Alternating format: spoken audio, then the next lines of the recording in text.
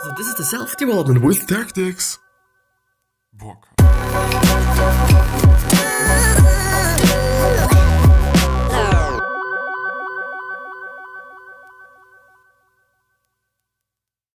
Today we're gonna do something different. As you can actually see, I'm having one earplug in one of my ears so that I'm able to hear something, and just on the other hand, the other one is broken, so I just only can use one. So it is what it is, you know.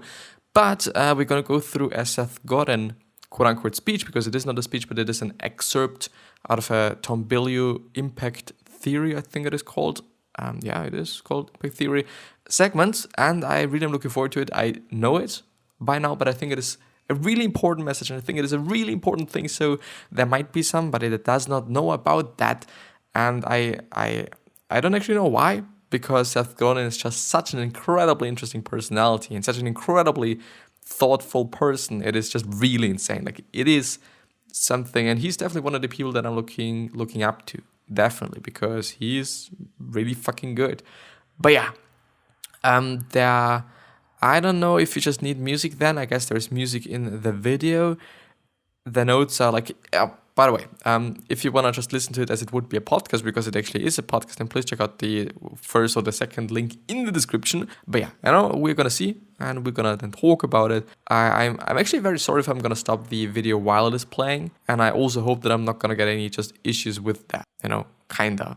But we'll see, you know, we'll see, and we'll have a look at it, and we'll do whatever. So yeah, I hope it is actually not too loud or something. I think it is actually as loud as I am, or should be, as far as I can see, but it is just really fucking loud on my earphones. Like, it is insane.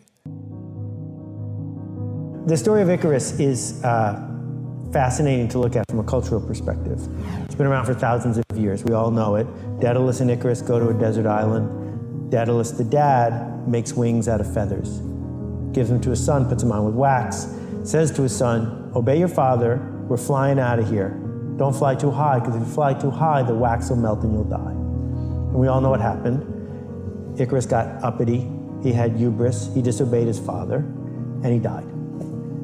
Except that's not what the myth said in 1700 or 1500 or 1200. They changed it.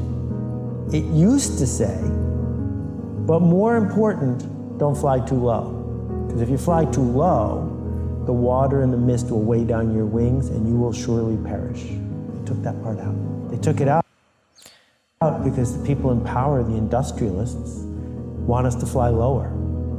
Yes, and this is the point where he's just talking about... this is also a huge point that he's quite often making when he's talking about the school and the school system itself, because it is, and I think it actually was, and I think this is something that is for sure the case, or that was the case, that school was built because of the industrial system to make workers. In the end, kinda. At least this is also something that Seth Godin is talking about. But I don't know if it is also the case with the whole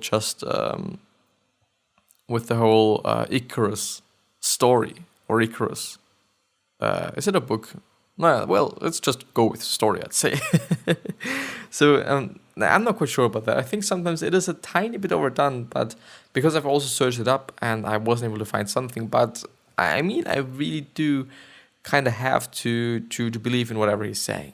You know, not everything. But in terms of these things, like, yeah, I mean, it is also a Wikipedia thing. You know, if you're just Googling the Icarus story, then you're also going to see that that there is a small little section where it says, like, okay, Seth Godin said, blah, blah, blah, blah, blah, that it hasn't been the case for always, but in the 1700s, they just changed the whole story. But in the end, I do have to say that it would be actually quite a good method. It kind of reminds me of some regimes, you know, where they've also censored some things, and they've also just took away some things from the society, actually, in the end. It makes sense. It is a good thing to do if you're willing to just make workers. Then it just actually makes sense to tell them, well, please don't fly too high, you know, because you're gonna die then. But never ever talking about what it is when you're just flying really low, which, by the way, is also something that Les Brown has been talking about, you know. If you're just aiming too high and miss, you're still going to be really high in the air. But if you're aiming too low and hit, then you're going to be low any fucking way.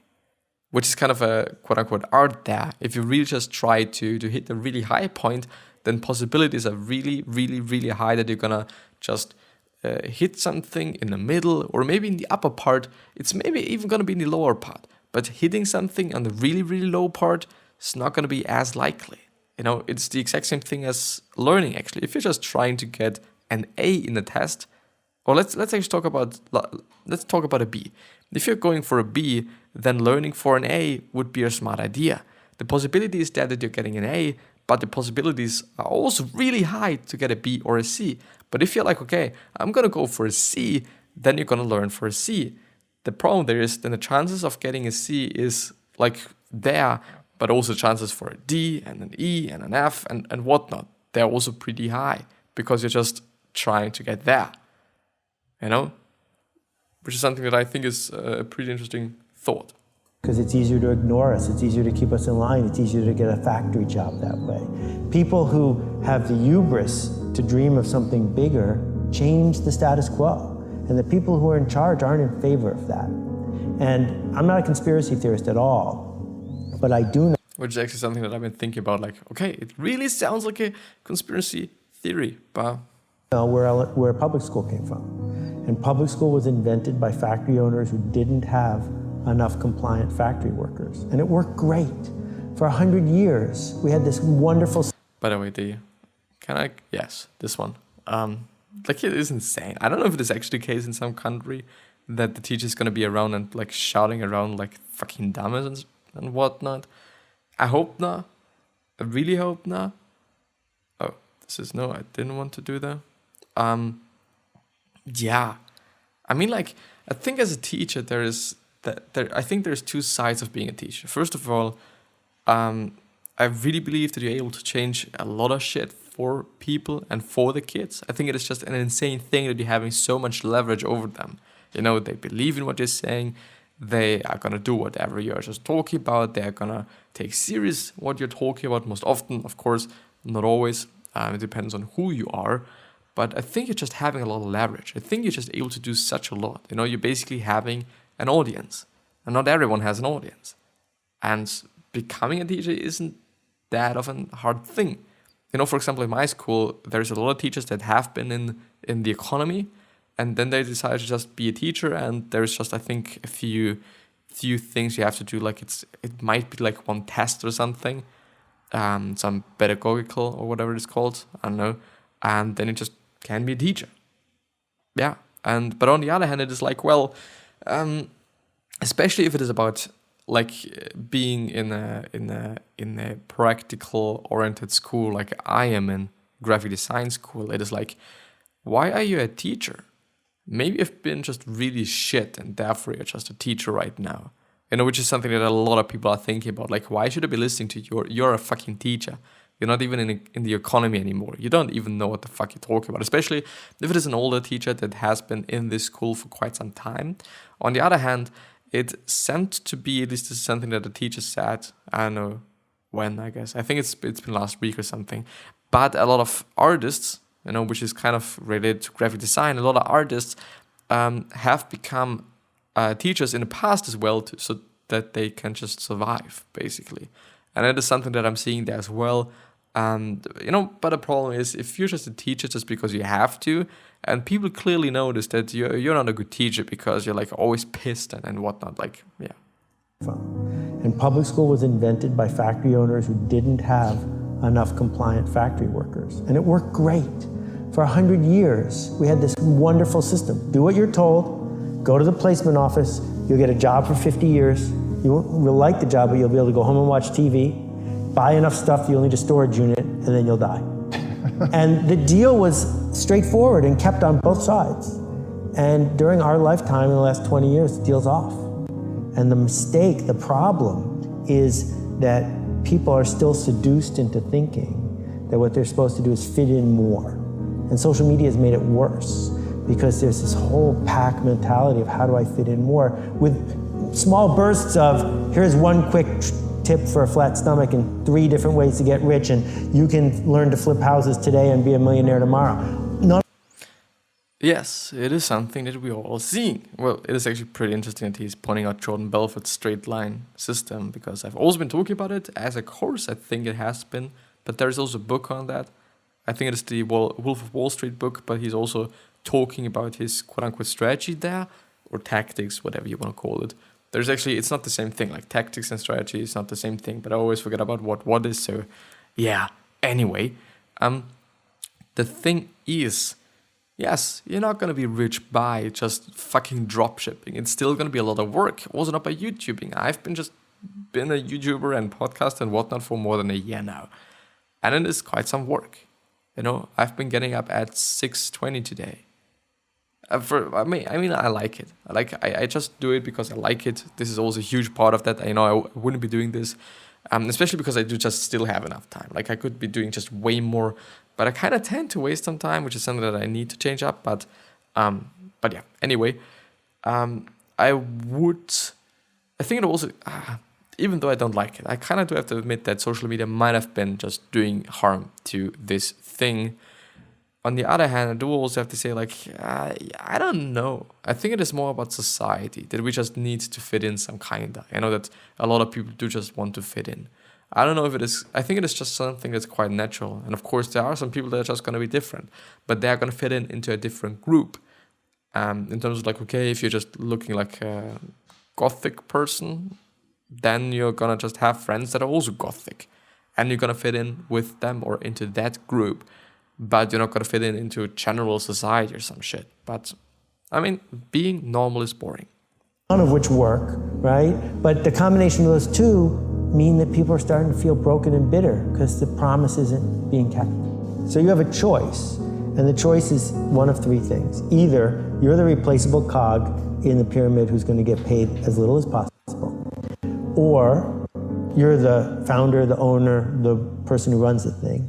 But for most of us, the best choice is to be the linchpin, the one we can't live without. The person... Linchpin, by the way, is a book that he also wrote. ...who figures out what to do next. And I'm betting that of the 1,400 people who work for you, you had 50 linchpins. Mandatory education makes no sense. Nobody ever learned anything against their will. Sooner or later, it becomes voluntary. You need enrollment. Not enrollment from the legal sense of you're not truant, but enrollment in the sense that you are leaning into it and want to learn it. So if we want to teach someone to be a baseball fan, here's what we don't do. We don't say, here's the baseball textbook, there'll be a test tomorrow. And if you do well, you can take another test. And if you do 10 tests in a row really well, we'll take you to a game. That's not what happens. But yet, kids memorize all these statistics and they know all this stuff because they wanted to know it. And then there's also something that he's often talking about, like, why do we memorize things? It is way faster to look it up because we have fucking Google. Like, it made sense a few years ago to memorize shit. But nowadays it's like, it's more important to know the concept. It is more important to know how to use it. And then just look it up when you use it or when you are in need of it. When you need it, then you're looking it up. Because you're willing to use it, because you know how to use it. And I think it makes sense.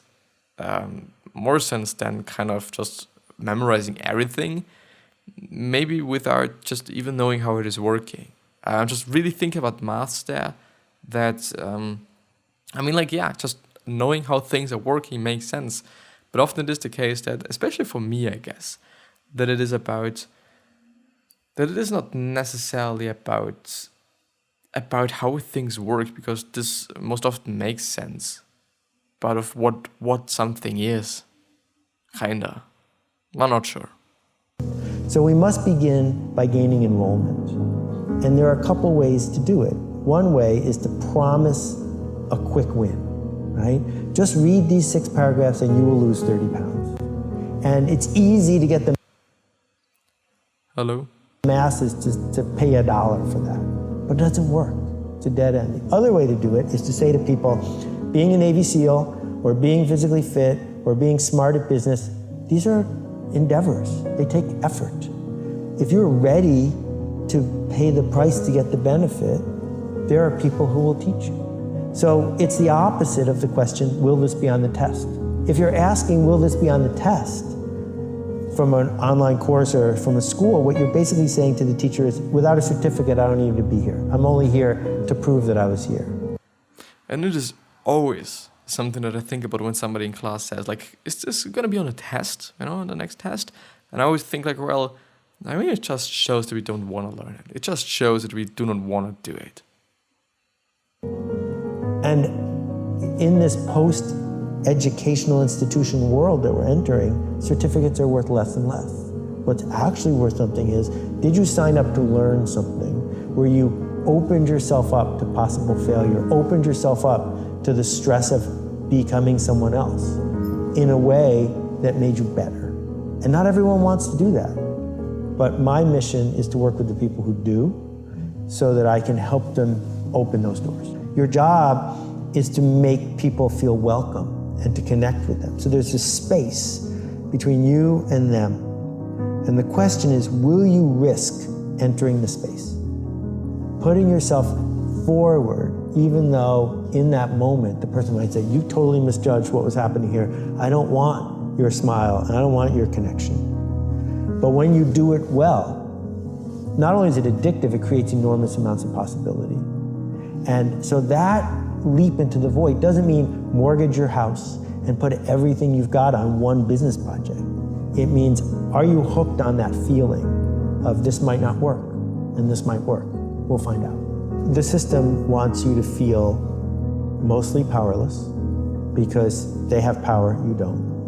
And it also wants you to feel inadequate until you buy more stuff, because that's what marketers sell us, is the idea that until you buy this, you're incomplete. It turns out those two things don't make people happy. What makes us happy is agency, knowing that we have some sort of control over what's going to happen. Yes, I would say this as well. If we do know that there is a sense of control that we're having over something, over our life, it is fulfilling, I would say. But of course, if you're feeling like, okay, I am in need of this and that, and I do just need this to work, which is something that I cannot control so that I can do this and that, I mean, it doesn't feel that great, I would say. And he's just talking about such a lot of things, such a lot of interesting things and important things. And also something that he pointed out is like choosing yourself and stepping forward and being the leader and being the one that is just leading the tribe and trying it and going for it, instead of just letting someone choose themselves, instead of yes. Life. And unfortunately, the economic structure that we live in isn't going to be easy for most people to fix, not in the short run. But what we can fix right now is how we respond or react to what's happening in front of us. And my friend Kat Hoke says you can't be curious and angry at the same time. That's interesting. So you get a choice, right? You get a choice in the traffic jam, you get a choice when you're dealing with an angry clerk, you get a choice with a bureaucrat.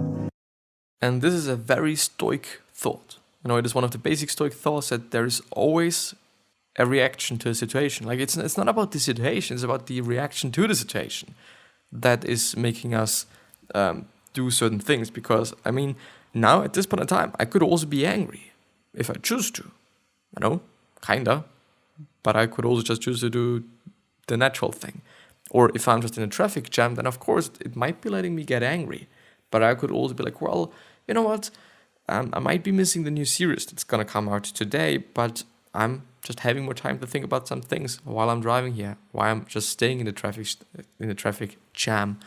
There's a lot of things you can put into the positive when it is actually something that's quote-unquote negative, because then there is nothing that's negative. Am I going to be curious about how this person got to this moment? Or am I going to be angry at the situation? And what we find is that as a parent, as a clerk at 7-Eleven, as a third grade teacher, we could dig deep into emotional labor, not the physical labor of digging a latrine, but the emotional labor of sitting when we feel like running, of whispering when we feel like yelling. We could dig deep and say, in this moment, I'm going to choose to be the best version of myself and seek possibility. And it turns out that that's a life, that you can build an entire life merely doing that. And then what happens, more often than not, is the world responds by inviting you to play on a bigger stage. So this is not about hustling. I'm not a fan of hustling. I'm a fan of a generous hustle. And the generous hustle says, how can I do things in the world to leave a better trail and to help other people? Not, how do I do things so I get my fair share? Because the world doesn't respond well to hustlers. They don't like being hustled. But the world responds really well to people who take responsibility and give away credit. And that boundary there is totally different. And if you work in an organization that can't respect that, there's another one that wants you. Yes. Taking responsibility. And, being the generous person, I'd say, and being the kind person, I'd say. Being the person that is creating change for people that care about the change, I would say. But yeah, I'm not really willing to just stretch the episode any longer, because this is going to be the end here. So I wish you the best health, of happiness, and also success, and also hope that you've liked it. And I hope that you've liked this new quote-unquote way of doing the podcast, kinda. And yeah, I'm hopefully going to see you the next time. So I wish you the best health, of happiness, and all success, and also hope that you're going to remind yourself and you're going to be remembered. This basically means your life basically means just being a nice person, that being remembered as a nice person. 3 other questions that I'm having you are: why are you here? What are you trying to change? And what is bothering you the most? These 3 questions are important. Please ask yourself them, and maybe even consider subscribing to the podcast and the YouTube channel. I'm going to see you the next time. I at least hope.